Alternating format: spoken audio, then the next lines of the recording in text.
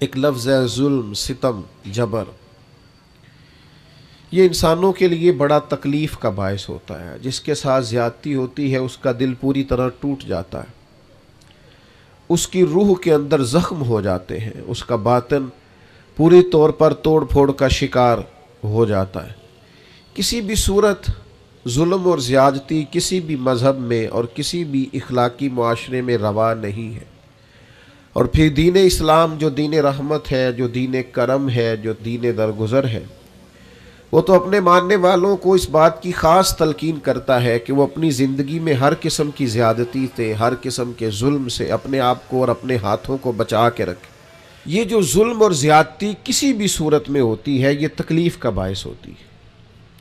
اسلام چونکہ دین رحمت ہے تو وہ اپنے ماننے والوں کو اس بات سے سختی سے منع کرتا ہے کہ کسی بھی قسم کی کسی کے ساتھ کوئی زیادتی نہ کی جائے، کوئی ظلم نہ کیا جائے۔ وہ ظلم ہتھیار سے لے کر رویے تک کوئی بھی ہو، آپ کے لہجے کی زیادتی ہو، آپ کے لفظوں کی زیادتی ہو، کوئی بھی ہو، کسی کو تکلیف نہ پہنچائی جائے، اذیت میں مبتلا نہ کیا جائے۔ میرے بھائیوں، آج اس معاشرے میں ہم وقت گزار رہے ہیں، اس میں ظلم اور زیادتی تیزی سے بڑھتی چلی جا رہی ہے۔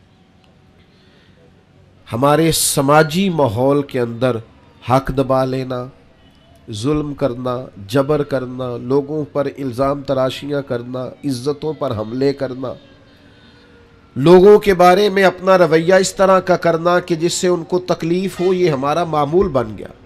یاد رکھیے گا، جو دھلے ہوئے اور اجلے ہوئے چہرے ہوتے ہیں نا، ان پر ذرا سی بھی گرد بوجھ بنتی ہے۔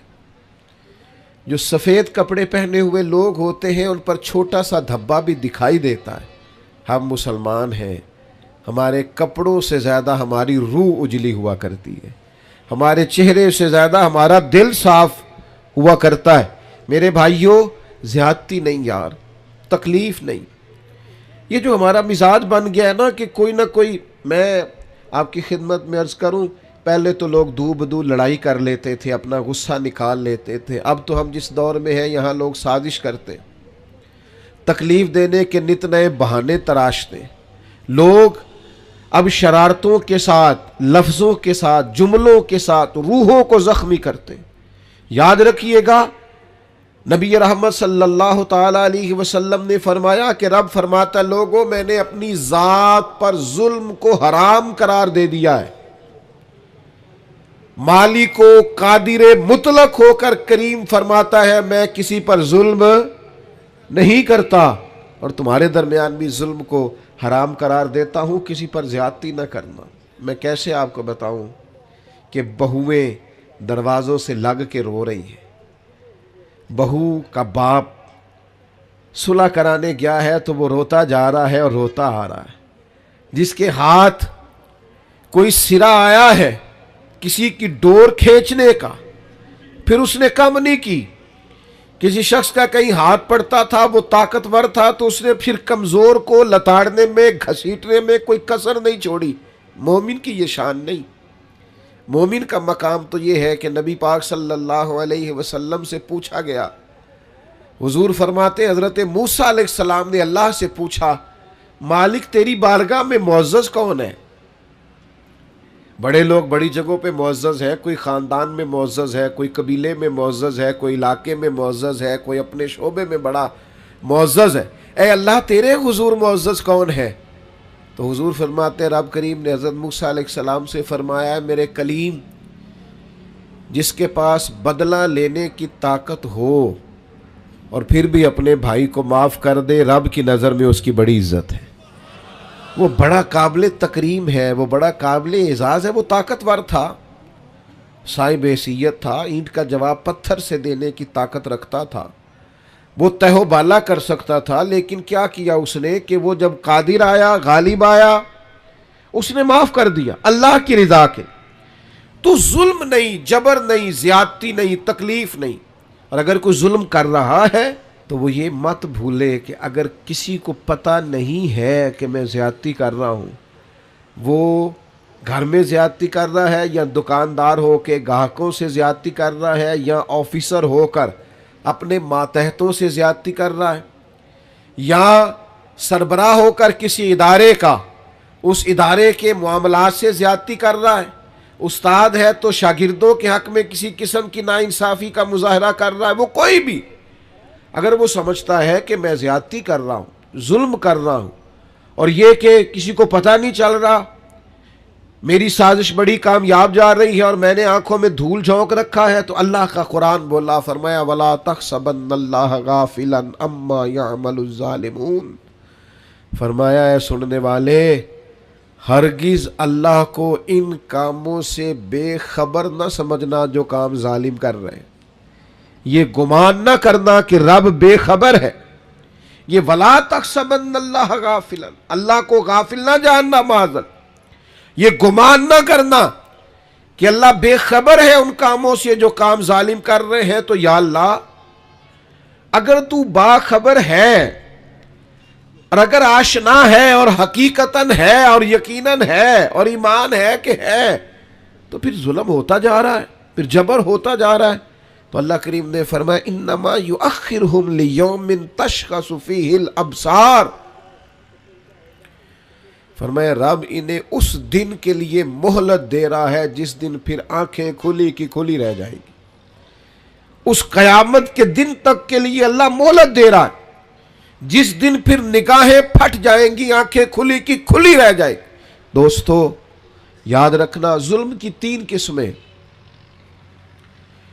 شرک بھی ظلم ہے، قرآن مجید نے کہا ان الشرک لظلم عظیم، بے شک شرک بہت بڑا ظلم ہے، یہ اللہ کے ساتھ زیادتی ہے کہ مالک اللہ ہو، خالق اللہ ہو، رازق اللہ ہو، قادر اللہ ہو اور انسان اس کے ساتھ شریک ٹھہرائے۔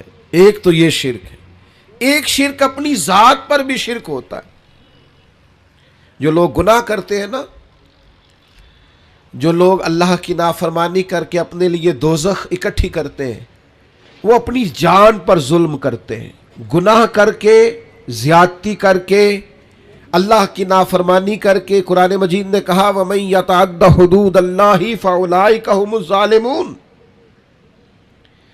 فرمایا وہ جو اللہ کی حدوں کو توڑتے ہیں وہ ظالم ہیں، اپنی جان پر ظلم کر رہے، وہ اپنے ساتھ زیادتی کر رہے۔ اور جو کسی پر ظلم کرے وَلَا تَحْسَبَنَّ اللَّهَ غَافِلًا عَمَّا يَعْمَلُ الظَّالِمُونَ، وہ یاد رکھے کہ اللہ بے خبر نہیں ہے، اللہ کو علم ہے، اللہ نے ڈھیل دے رکھی۔ نتیجہ کیا نکلے گا؟ نتیجہ یہ نکلے گا جو تھوڑی سی بھی زیادتی کر رہا ہے نا، اسے 3-4 نقصان ہوتے ہیں۔ سب سے پہلا نقصان تو یہ ہوتا ہے کہ اللہ ظالموں کو پسند نہیں کرتا، تو جس کو رب پسند نہ کرے وہ پھر کسی کا پسندیدہ رہ سکتا، اس کی زندگی سکون قرار والی ہو سکتی۔ اگر کوئی ظالم ہے تو لا یحب الظالمین، اللہ ظالموں کو پسند، بڑا ظلم کر لے جس نے کرنا ہے، جتنی زیادتی کرنی ہے کر لے، لیکن اللہ کہتا ہے انہ لا یفلح الظالمون، ظالم کبھی کامیاب نہیں ہو سکتا۔ ہزاروں بچے قتل کرائے تھے فرعون نے، یذبحون ابناءکم ویستحیون نساءکم، وہ بچوں کو قتل کرا دیتا، عورتوں کو زندہ رکھتا کہ حضرت موسیٰ علیہ السلام پیدا نہ ہو۔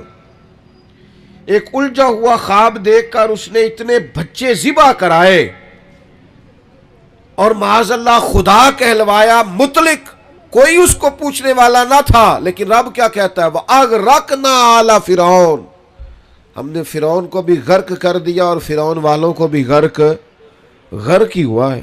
کامیاب ظالم کبھی کامیاب، ایک بہت بڑی سزا ہے ظالم کے لیے، اور میرا خیال ہے اس سے زیادہ سزا نہیں ہو سکتی جو میں اب بیان کرنے لگا ہوں۔ واللہ لا یہدی القوم الظالمین، اللہ فرماتا ہے یہ جو ظالموں کی قوم ہوتی ہے نا، اسے اللہ ہدایت نہیں دیتا۔ اوئے ہوئے ہوئے، ظالموں کو اللہ ہدایت، یہ اس کا فیصلہ ہے۔ تم زیادتی کر رہے ہو، ظلم کر رہے ہو، اندھے ہو جاؤ گے، تمہارا شعور چھین لیا جائے گا، تمہیں یہ پتہ ہی نہیں چلے گا کہ ہم کتنا بڑا جبر کر رہے ہیں، تمہاری وہ صلاحیتیں سلب کر لی جائیں گی، سوچنے کی، سمجھنے کی۔ بہت ساری ڈگریوں کے باوجود بھی، بہت سارے علم کے باوجود بھی، بہت ساری تعلیم کے باوجود بھی گمراہ کے گمراہ رہ جاؤ۔ کیوں؟ کہ واللہ لا یہدی القوم الظالمین، اللہ ظالموں کی قوم کو ہدایت، اور انسان کے پاس ڈگری ہو اور شعور نہ ہو، طاقت ہو شعور نہ ہو، مال ہو شعور نہ ہو، اس کے پاس سارا کچھ ہو اور وہ گمراہی میں بھٹکتا پھرے، یہ کچھ چھوٹا نقصان ہے؟ میرے بھائیوں یاد رکھیے گا، رب فرماتا ہے اللہ ایک تو ظالموں سے اللہ ظالم کو پسند نہیں کرتا، ظالم کبھی کامیاب نہیں ہوتا، اور فرمایا ظالموں کو اللہ ہدایت، یہ بہت بڑی سزا ہے کہ انسان ظالم ہو، جابر ہو اور اسے ہدایت نصیب نہ ہو، یہ بہت بڑی سزا ہے۔ اب ہوتا کیا ہے؟ ظلم کرتا کیا ہے؟ اللہ کے حبیب علیہ السلام نے فرمایا ظلم نہ قیامت والے دن بہت سارے اندھیروں کا باعث بنے گا۔ تم نے بڑی پاکیزہ زندگی گزاری ہوگی لوگوں کے سامنے، بڑی آسودہ تم نے وقت گزارا ہوگا، اچھے لباس پہنے ہوں گے، بڑی گاڑیوں میں گھومے ہوں گے، اور ممکن ہے کہ تم نے بڑے کشادہ گھروں میں وقت گزارا ہو، لیکن اگر کہیں تم سے ظلم ہوا ہے، زیادتی ہوئی ہے، تو قیامت والے دن یہ تمہارے لیے تاریکی ہے۔ ساری صلاحیتوں کے باوجود صبح قیامت یہ تمہارے لیے اذیت کا باعث۔ اپنے آپ کو روکیں، اپنے آپ کو سمجھائیں۔ ہم نا جاتے جاتے بھی کئی دفعہ ایسی بات کہہ جاتے ہیں جو بات درست، میں آپ سے عرض کروں، سڑک پر چلتے ہوئے میں نے خود دیکھا ہے، چونکہ مجھے بہت سفر کرنا پڑتا ہے، میں نے خود دیکھا ہے کئی دفعہ گاڑی چلانے والے ڈرائیور کی غلطی نہیں ہوتی، ماحول ایسا بن جاتا ہے، لیکن لوگوں کا جو رویہ ہوتا ہے، جو گفتگو کا انداز ہوتا ہے، تو عرض یہ کرنا چاہتا ہوں کہ ایسا نہ سمجھیں کہ صرف امیر ہی زیادتی کر رہا ہے، کہیں کہیں وہ شخص بھی جس نے ذمہ داری لی ہے، لوگوں کی چھتیں نہیں گر جاتی، لینٹر نہیں گر جاتے، کس کی زیادتی؟ کام کرنے والے کی۔ تو اپنے اپنے شعبے میں، اپنی اپنی جگہ، اپنے اپنے ماحول میں لوگ غیر ذمہ دار ہوتے ہیں، زیادتی کرتے ہیں، اس کا نقصان ہوتا ہے۔ تو میرے عزیز یاد رکھیے گا، زیادتی نہیں۔ اللہ کے پیارے رسول صلی اللہ تعالی علیہ وسلم نے فرمایا آپس میں ایک دوسرے پر ظلم نہ کرو، ورنہ تم دعائیں کرو گے تو اللہ تمہاری دعائیں قبول نہیں کرے گا۔ تم بارشیں مانگو گے، اللہ تمہیں بارشیں نہیں دے گا۔ تم اللہ سے مدد مانگو گے لیکن تمہاری مدد نہیں کی جائے گی۔ یاد رکھیے گا، اپنی زندگی میں کوشش کریں، ہم امیر ہیں یا غریب ہیں، ہم باپ ہیں، استاد ہیں، عالم ہیں، آفیسر ہیں، سیاستدان ہیں، کچھ بھی ہیں، ہم سے کوئی زیادتی نہ ہو، کسی کو ہماری وجہ سے تکلیف نہ پہنچے۔ میں دوستوں سے کہا کرتا ہوں چلو اس طرح کرو، کسی کا بھلا نہیں کر سکتے نقصان ہی نہ کرو، فائدہ نہیں کر سکتے تو کسی کے ساتھ ظلم ہی نہ کرو، کسی کو دعا نہیں دے سکتے تو بد دعا ہی نہ دو۔ چلو ایسا کرو کہ اپنے وجود کو رکاوٹ ہی نہ بناؤ، کسی کے لیے آسانی پیدا کرنے کی صحیح کریں، مل جل کے کسی کا بھلا کرنے کی کوشش کریں، لوگوں کے لیے خیر جمع کرنے کا ارادہ کریں، کوشش کریں کس حد تک کسی کا بھلا ہو سکتا ہے۔ لیکن مظلوم جو ہے، جس پر زیادتی کی جا رہی، یاد رکھیے گا، سمجھ لیجئے گا کہ جس طرح لوگ کہتے ہیں نا فلانے آدمی کو کہ یہاں آگ ہے اس سے بچ، یہاں تیر برس رہے ہیں بچ جا، یہاں گولیاں چل رہی ہیں بچ جا، مظلوم کی بد دعا سے بھی اسی طرح بچنا چاہیے۔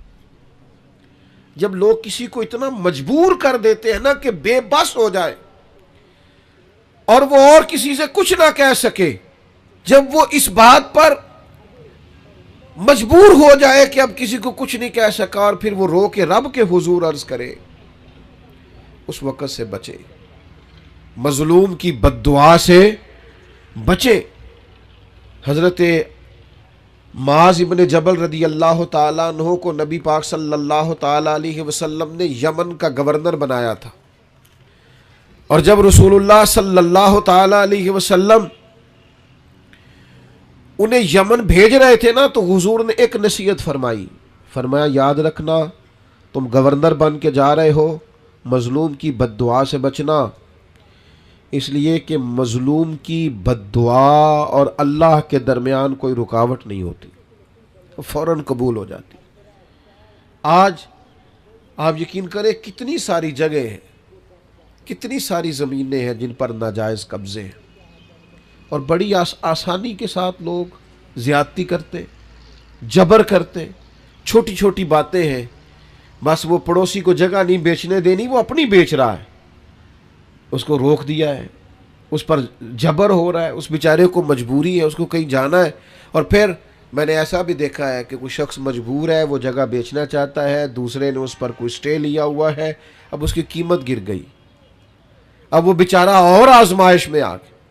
نبی رحمت نور مجسم شفیع معظم صلی اللہ علیہ وسلم نے فرمایا، جس نے کسی کی بالشت بر زمین پر قبضہ کیا ناجائز، ایک بالشت، ایک گٹ، اللہ قیامت والے دن 7 زمینوں کا طوق بنا کے اس کے گلے میں ڈال دے گا۔ ایک حدیث میں فرمایا 7 زمینوں میں دھنسا ڈالے گا۔ کیوں ناجائز قبضے کرتے؟ انسان کے لیے صرف 2 گز زمین کی ضرورت ہے، جس کا وہ اصل مالک ہوتا ہے قیامت تک، جس میں رہنا ہے۔ لیکن ہمارے ہاں چھوٹی چھوٹی چیزوں پر لوگ ایک دوسرے کا ساتھ زیادتی کرتے ہیں۔ اور بھائیوں، اگر بادشاہ چاہتے ہیں نا ان کے محل سلامت رہے تو وہ کوشش کرے کسی کی جھونپڑی کو تکلیف نہ دے۔ اگر وہ چاہتے ہیں نا ان کے بڑے بڑے مینار قائم رہیں تو وہ کبھی بھی کسی غریب کی کٹیا گرانے کا خیال اپنے دل سے نکال دے۔ اگرچہ تم بڑے بنگلوں میں بستے ہو، لیکن ہو سکتا ہے کسی غریب کی دعا کی برکت سے ہی اللہ نے تمہیں کشادہ گھر دے رکھا ہو سکتا ہے کسی مسکین نے جو تمہارے گھر سے لقمہ کھا کے تمہارے لیے ہاتھ اٹھائے ہو، اس کی برکت سے اللہ نے تمہیں یہ سعادت دے رکھی ہو۔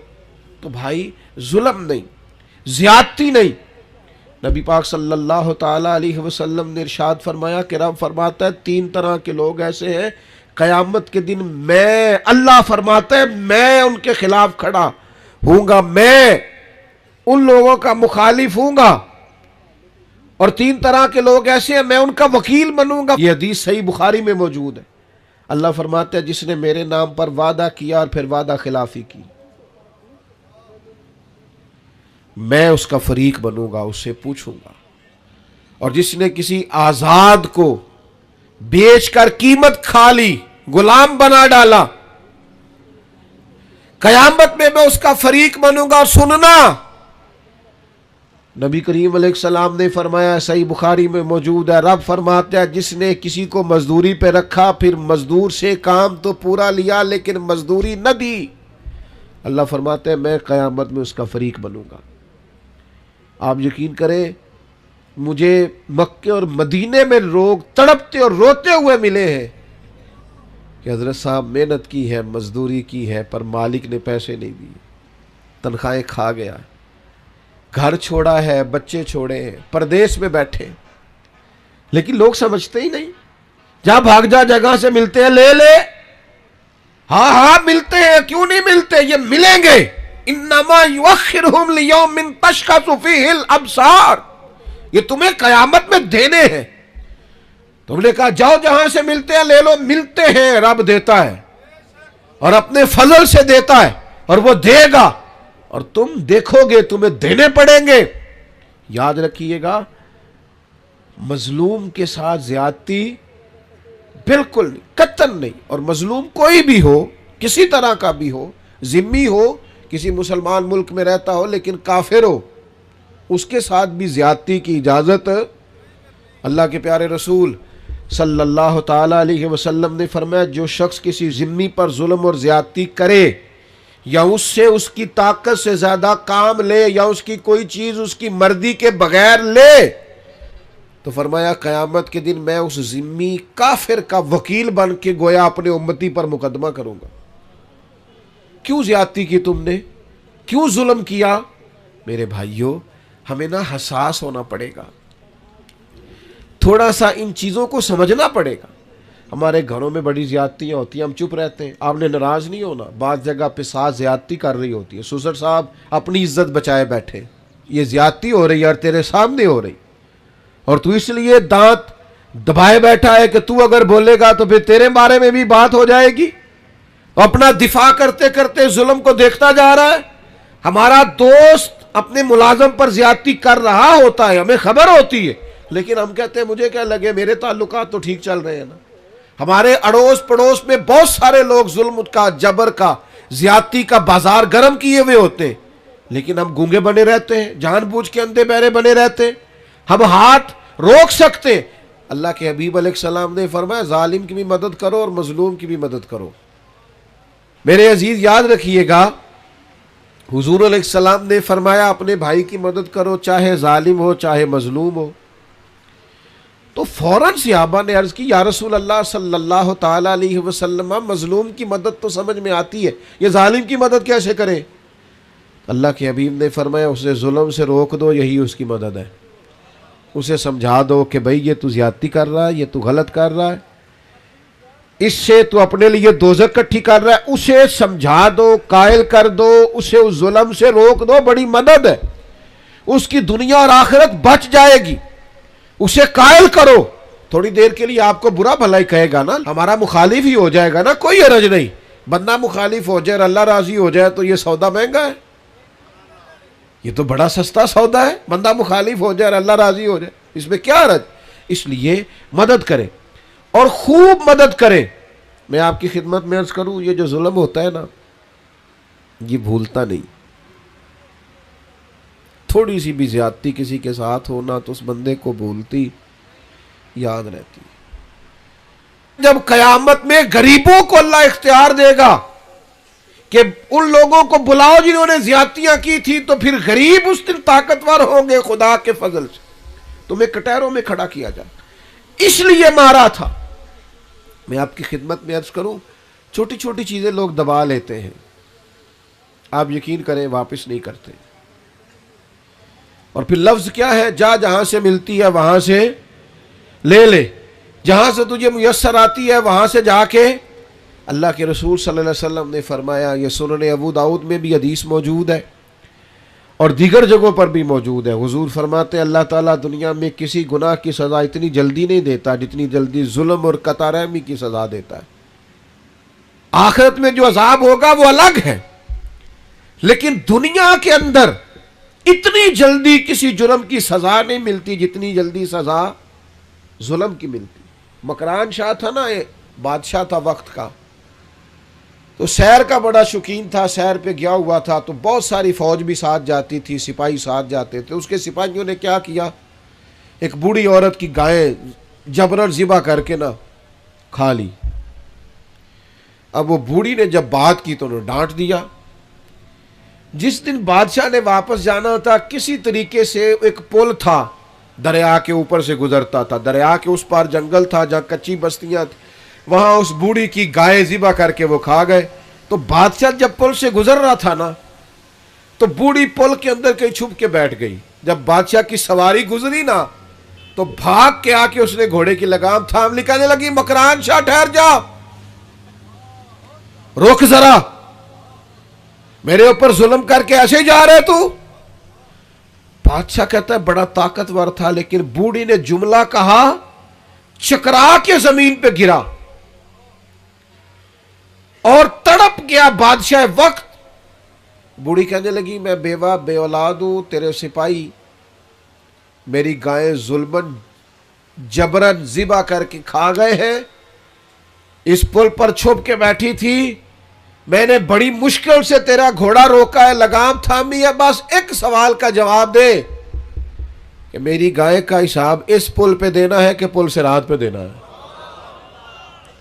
ابھی فیصلہ کر، یہاں دینا یا وہاں۔ بادشاہ چکرا کے زمین پہ گرا، رویا، کہنے لگا نہیں میں پل صراط پہ حساب نہیں دے سکتا، تو یہی حساب لے لے، وہ مشکل ہے، بلاؤ سپاہیوں کو، او بھائیو حساب تو دینا ہے، آج کے پل پہ نہ دو گے تو پل صراط۔ اور ایک اور بہت بڑا ظلم ہم کرتے ہیں، زمین پہ قبضہ، مال پہ قبضہ، عزتوں پہ حملہ، راز نہ ہونا۔ ہمیں عادت ہو گئی ہے غیبت کرنے کی۔ میں ایک جگہ پہ گیا ہوا تھا تو ایک صاحب مجھے کہنے لگے جی یہ جس مسجد میں آپ آئے ہیں نا، اس مسجد کے مولوی صاحب اور کمیٹی کے ساتھ مل کے بڑے پیسے کھا گئے مسجد کے۔ اتنی مجھے تکلیفات باتوں کا بڑا غصہ آتا ہے۔ میں نے اسے کہا کہ آپ نے کتنے دیے پیسے؟ کہنے لگا جی نہیں میں جو نہیں دیتے، لوگوں نے دیتے نہیں۔ تو میں کہ یار آپ ہی لوگ کی پوچھ لیں گے، تو کیوں ایڈا پریشان ہے؟ عجیب تیرا فلسفہ بھائی، تو ایک عالم دین کی عزت پر تو حملہ کر رہا ہے، تجھے پتہ ہی نہیں۔ لوگ سمجھتے نہیں، بڑے بڑے باعزت لوگوں کے بارے میں لوگ جملہ بول دیتے ہیں، مخلوق تو فنکار ہے اس درجہ کے پل بھر میں، سنگے در کعبہ سے بھی اسنام تراشے، اور تم کون ہو، کیا چیز ہے داغ کبابی۔ لوگوں نے تو مریم پہ بھی الزام تراشے، حضرت مریم سلام اللہ علیہا پر بھی الزام لگا دی، لوگ باز ہی نہیں آتے۔ حضرت عمر کا زمانہ تھا، حضرت سعد بن ابی وقاص یہ 7ویں مسلمان ہیں اور نبی پاک علیہ السلام کے ماموں ہیں رشتے میں، عشرہ مبشرہ اور وہ بڑی لسٹیں جن میں بڑے بڑے بزرگ شامل ہوتے ہیں، سمجھ لیں اس لیول کے آدمی حضرت سعد بن ابی وقاص، اور ساری زندگی میدان میں گزاری، کوفے کا گورنر بنایا گیا تو پتہ لوگوں نے کیا شکایت لگا دی، ان کو تو جی نماز نہیں صحیح پڑھانی آتی۔ ہائے ہائے، حضرت سعد بن ابی وقاص سے جناب عمر نے پوچھا، اور یہ بخاری مسلم میں حدیث ہے، آپ فرمانے لگے سعد لوگ یہ کہہ رہے ہیں، فرمایا مجھے اللہ کی قسم میں اس طرح نماز پڑھاتا ہوں جس طرح میں نے اپنے نبی سے سیکھی ہے۔ لوگ باز ہی نہیں آتے، دیکھتے نہیں بندہ کتنا بڑا ہے، تیری زبان جس کی بارے میں مرضی بات کر دیتی ہے۔ حضرت سعد بن ابی وقاص رضی اللہ تعالیٰ عنہ سے کے بارے میں جب شکایات آئیں کوفہ سے تو حضرت عمر نے بندہ بھیجا، فرمایا تفتیش کرو، جس جس جگہ لوگ گئے، صحابہ گئے تفتیش کرنے، معلومات کرنے، حقیقت پوچھنے، ہر ایک نے جناب سعد کے لیے دعا کی۔ کہا اتنا اچھا آدمی، لیکن ایک شخص تھا اسامہ بن قتادہ ابو سعدہ، وہ کھڑا ہو گیا، اس نے 3 باتیں کی، کہنے لگا جی دیکھیں کتنے بڑے آدمی کی عزت پر حملہ کر رہا ہے، کتنا بڑا ظلم کر رہا ہے۔ کہنے لگا جی ایک تو یہ لوگوں کو جنگ میں بھیج دیتے خود نہیں جاتے، ایک مال غنیمت صحیح تقسیم نہیں کرتے، ایک فیصلے ٹھیک نہیں کرتے۔ حضرت سعد بن ابی وقاص 7ویں مسلمان، نبی پاک کے ماموں، قربان جائے۔ حضرت سعد کو بڑی تکلیف ہوئی، جب عزت دار آدمی کے بارے میں لوگ بات کرتے ہیں دل ٹوٹ جاتا ہے، تڑپ گئے اور عرض کرنے لگے، یہ بخاری مسلم کی صحیح حدیث جید سند کے ساتھ حدیث عرض کر رہا ہوں۔ حضرت سعد بن ابی وقاص اللہ کے حضور عرض کرنے لگے، مالک اگر یہ بندہ جھوٹا ہے نا تو اس نے میرے بارے میں 3 باتیں کی ہیں، میں بھی 3 بد دعائیں اسے دیتا ہوں، اللہ ایک اس کی عمر لمبی کر دے، ایک اس پر محتاجی غالب کر دے، ایک اسے فتنوں میں مبتلا کر دے۔ لوگ کہتے ہیں اس کی اتنی لمبی عمر ہو گئی تھی کہ یہ بھویں اس کی جھک گئی تھی اور گلیوں میں مانگتا پھرتا تھا، بڑھاپا تھا، چلا نہیں جاتا تھا، لیکن معاذ اللہ فتنے کا یہ حال تھا، اس حالت میں بھی لڑکیوں کو چھیڑتا، لوگ لانتے برساتے، کہتے تو کیا کرتا ہے؟ تو کہنے لگا لوگوں تمہیں پتہ نہیں، مجھے جناب سعد بن ابی وقاص کی بد دعا لگ گئی ہے، یہ بد دعائیں پیچھا کرتی ہیں، نیند میں سراغ کر دیتی ہیں، مجھے بے چینی رہتی ہے، بے قراری رہتی ہے، مجھے اضطراب رہتا ہے، مجھے گھر میں نیند نہیں آتی۔ اور غور کر، تو نے بد دعا تو نہیں لے لی کسی مظلوم کی؟